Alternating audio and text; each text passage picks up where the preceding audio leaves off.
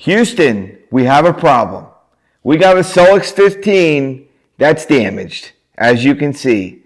A 15-inch Solix and a half-ounce jig just don't get along too well. But you know what? We're going to send this back to Humminbird. It's going to get a new glass. But I can't be without a graph here at the console.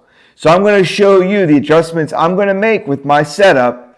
And I'm going to help you with some tips in case this happens to you on the water. Stay tuned.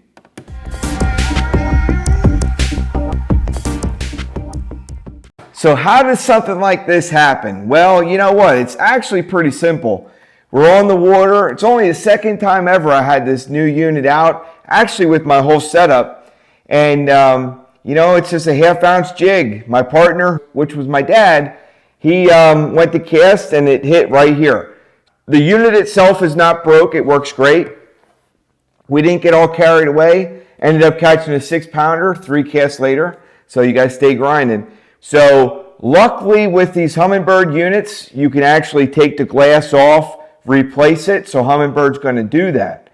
One thing that I didn't know too much about was screen protectors. And that's something that you know, you might want to think about with these real expensive units. You know, we have so much invested in these units, and to put a screen protector on there is really not much more. I think they're like 40 or 50 bucks. I'll put some links to some screen protectors below. I'm not sure which one I'm going to go with yet, but I don't know if that would have protected this exact hit or not, but it would give you peace of mind. And I think by installing a screen protector, you actually get some warranty with that they'll cover if the damage does occur. So that's something to keep in mind. Now let's make some changes. Let's get this Humminbird off this boat. We got to send it out, and I need another unit right here. So let me show you what I'm going to do.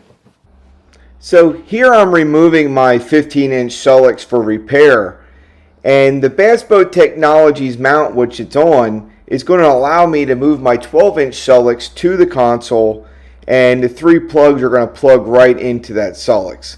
This is going to help me out, and the products that I put on my boat this year are really allowing me to be versatile when something like this happens. After talking to Humminbird, I just want to give you some of the steps they told me in sending it to them. Okay, so we took it off the mount, of course. You do not want to send your knobs with. You also want to make sure that any memory card or any map card that you have installed, you take out. You can, make sure you put all your caps on the back so it don't get ruined in transit. Your cover is optional. They said, I can either send it with it or without it. I'm still going to send it with it.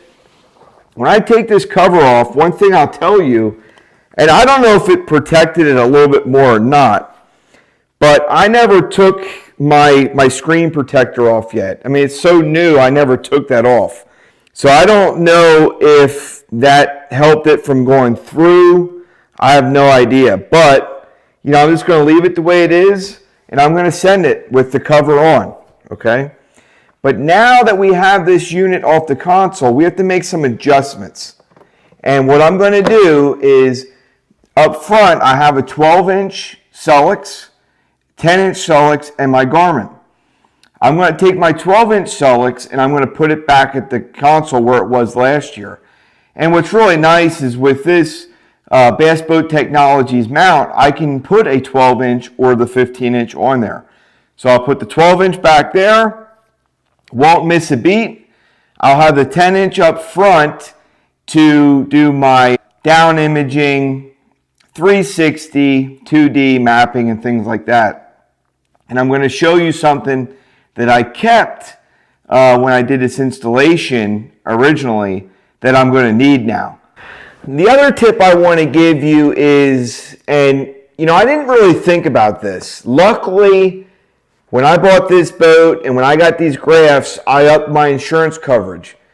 But thinking about it now, with the amount of money we're putting into these units on our boats, it's very, very important that you do call your insurance carrier and you do up that coverage for the units you have.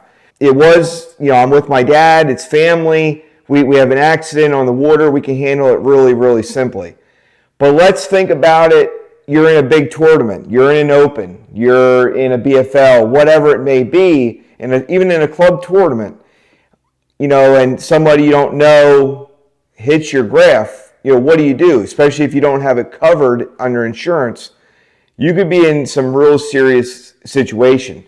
This screen without insurance is going to cost around $850 to get a new glass on there. Okay, so if that's out of pocket, that's a lot of money, all right? With insurance, it's whatever your deductible is. So I got very, very fortunate in that situation. Hopefully that's a little nugget that you can use to protect yourself so that when you're on the water and something does happen, it's peace of mind you have, and you can keep chugging along and fishing and keeping your mind focused without worrying about what costs are going to be associated. So here you can see we got the 12-inch installed. I didn't show you a lot of it because it's just a quick change of the gimbal bracket. The 12-inch Solix gimbal bracket is actually a little bit wider than the 15-inch gimbal bracket, even though the 15-inch sits up a little higher. But I changed out the gimbal brackets. It plugs in exactly the same as the 15-inch came out. I'm going to have to change some of my screen settings a little bit because all I was using it for was 360 up front, but that's okay. We're back in business where we need to be. Now we need to go up front because now we took 2 units and we're down to 1 unit up front. So we're going to be using that 10-inch. And there's a wire or cable that we're going to need to use to make it all work. Now a very important part of this process. I got my 10-inch here, and up front, my 12-inch Solix that I moved now to the console just ran my 360, and my 10-inch was running 2D down imaging and mapping. Well, now that I'm down to 1 graph, other than my Garmin that just does forward view, what we're going to do is plug everything into the 10-inch. In order to do that, I need a Y cable. So this Y cable is going to go into my unit. So we'll do that first.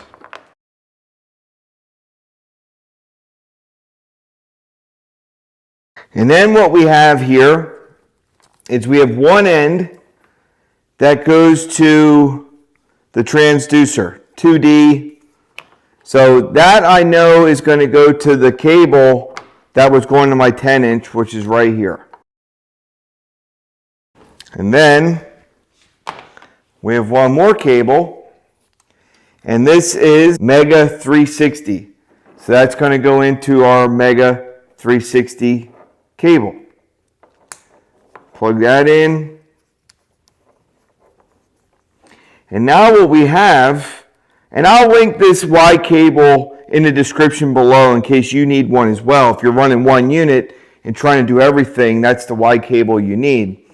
And now what we're going to do is temporarily tape this up. As soon as we get our 15-inch back, we'll get our 12-inch back up here with our 10-inch, plug everything in the way I had it, and we'll be good to go. But thankfully, with the setup that I installed this year, that I'm not without a graph now. I still have all but the same units I had last year, except the Garmin is an addition here. And as soon as I get my 15-inch back, we'll be in good business. So now it's time to get this Solix bundled up and shipped to Humminbird. And you know what? There is good news. I'm going to overnight this. They said it's going to take between 3 and 5 days once they receive it to get it done. I'm guessing I'll receive it back in a week and a half or so. And that's in a perfect world. So at least with the units we have on the boat, I can go do my thing and not really miss a beat. It's going to take some time for me to learn these graphs, and little hiccups like this do kind of delay you a little bit, but it can always be worse. When you're out on the water, anything can happen, and we must be ready for that. And I wasn't. I didn't realize that insurance on these things was that big of a deal, and luckily I did take care of it unknowingly.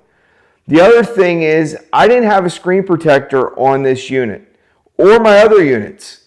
I will going forward, but I need your help. What screen protector would you recommend? I know somebody said something about precision sonar, and I have to do some research. Is that a good one or not? I don't know. But make sure you protect yourself too, because this technology does not come cheap. And again, if it was somebody in a tournament or what, things happen out on the water, you want that peace of mind, and it can go a long way. If you like this video, please like, comment, and share. And until next time, there's no such thing as a bad day on the water.